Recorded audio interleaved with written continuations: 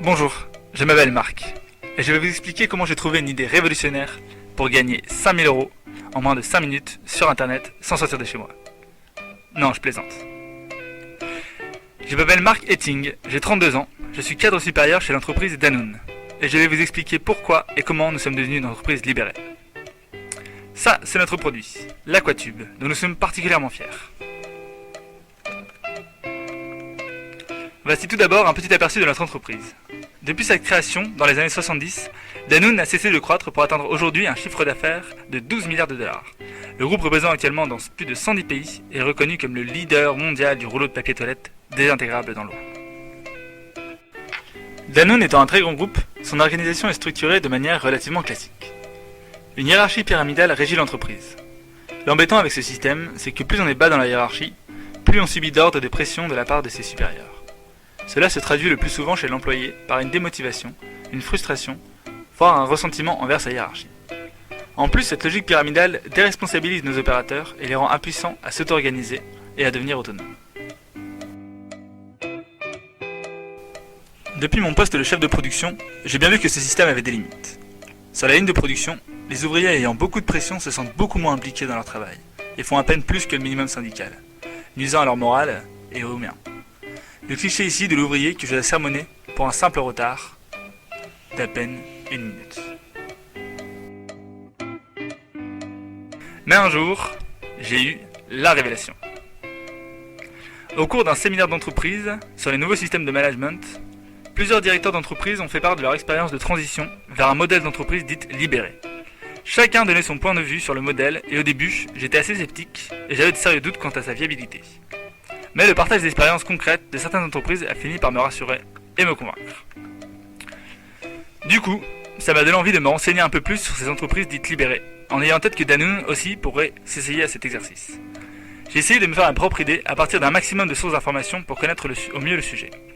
J'ai demandé à d'anciens copains de promo comment fonctionnait leur entreprise et s'ils connaissaient ce modèle. J'ai parcouru quelques sites internet avec des vidéos très bien faites sur le sujet.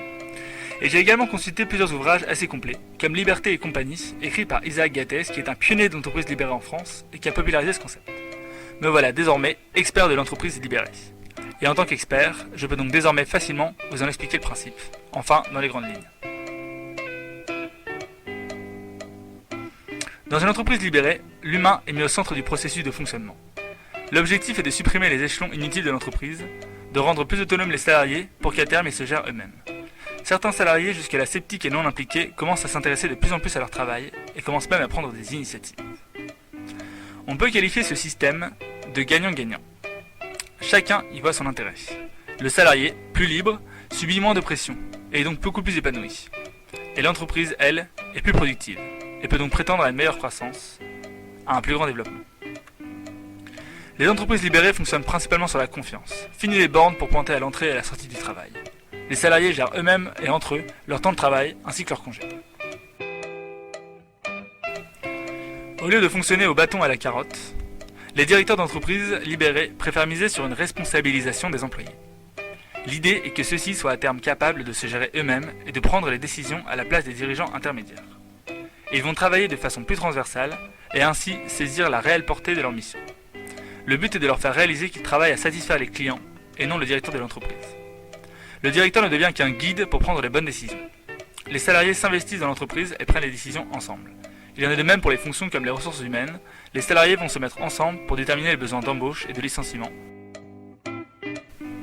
Les promotions sont également attribuées en accord avec tous les salariés de l'entreprise par un système de vote, un peu comme un référendum. Chacun est sollicité.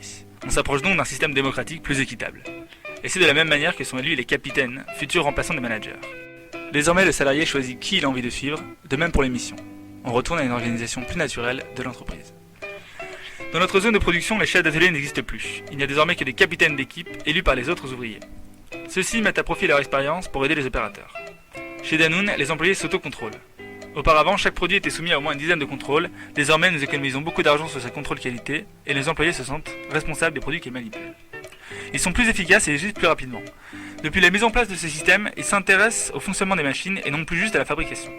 Ainsi, au lieu d'appeler la maintenance en cas de problème, ils vont chercher leur boîte à outils et hop, la machine est réparée et le travail peut reprendre. Nous avons également repensé l'outil de production. Pour que chaque employé se sente plus investi, nous avons divisé notre grand atelier de 200 ouvriers en petits ateliers de production d'une vingtaine de personnes. Chaque atelier est géré par un capitaine qui s'occupe de son équipe, des horaires et de la production qui lui est confiée.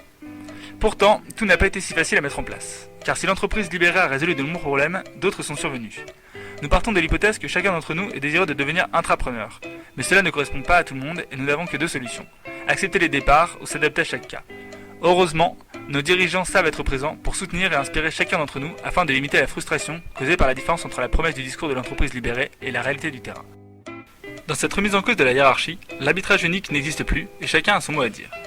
J'ai alors pu constater que certains employés n'avaient pas compris l'utilité d'opter pour une communication non violente dans ce nouveau système. Et la gestion des tensions internes a dans un premier temps été un travail quotidien, avant que chacun, même en cas de désaccord, puisse communiquer sereinement avec les autres. Et que faire de la diffusion de l'information ? Toutes les données de l'entreprise ne sont pas bonnes à être diffusées à la vue de tous, certains risquant de les interpréter trop hâtivement. Il a fallu faire comprendre à tous que malgré une hiérarchie à plat, la transparence avait besoin d'être encadrée par des règles claires. Enfin, mon enthousiasme à entrer dans cette nouvelle organisation a été modéré par certains collègues, soulignant la nécessité d'une transition. Nous sommes alors partis de l'existant de l'entreprise, sans renier tous nos principes, et avons fait preuve de patience, de persévérance et d'écoute. Dans ce travail à long terme, une fois que l'on propose ce système aux employés, il n'est pas possible de faire marche arrière. Résultat, l'entreprise a gagné en flexibilité. Les décisions étant prises par les employés eux-mêmes, les informations transitent rapidement et la réactivité est bien plus grande. Par exemple, si José ne peut pas assumer son poste parce qu'il a un problème, c'est les employés qui vont réfléchir ensemble à une solution, sans devoir demander à leur supérieur. Ils règlent le problème entre eux, rapidement. Mais ils restent bien sûr encadrés s'ils ne trouvent pas de solution. Les dirigeants de Danone ont insisté sur l'importance d'un modèle durable et donc rentable. Et d'un point de vue économique, les résultats sont prometteurs.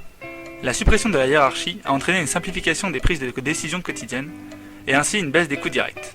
Les fonctions support ont été réduites, voire supprimées, permettant une diminution des coûts indirects également.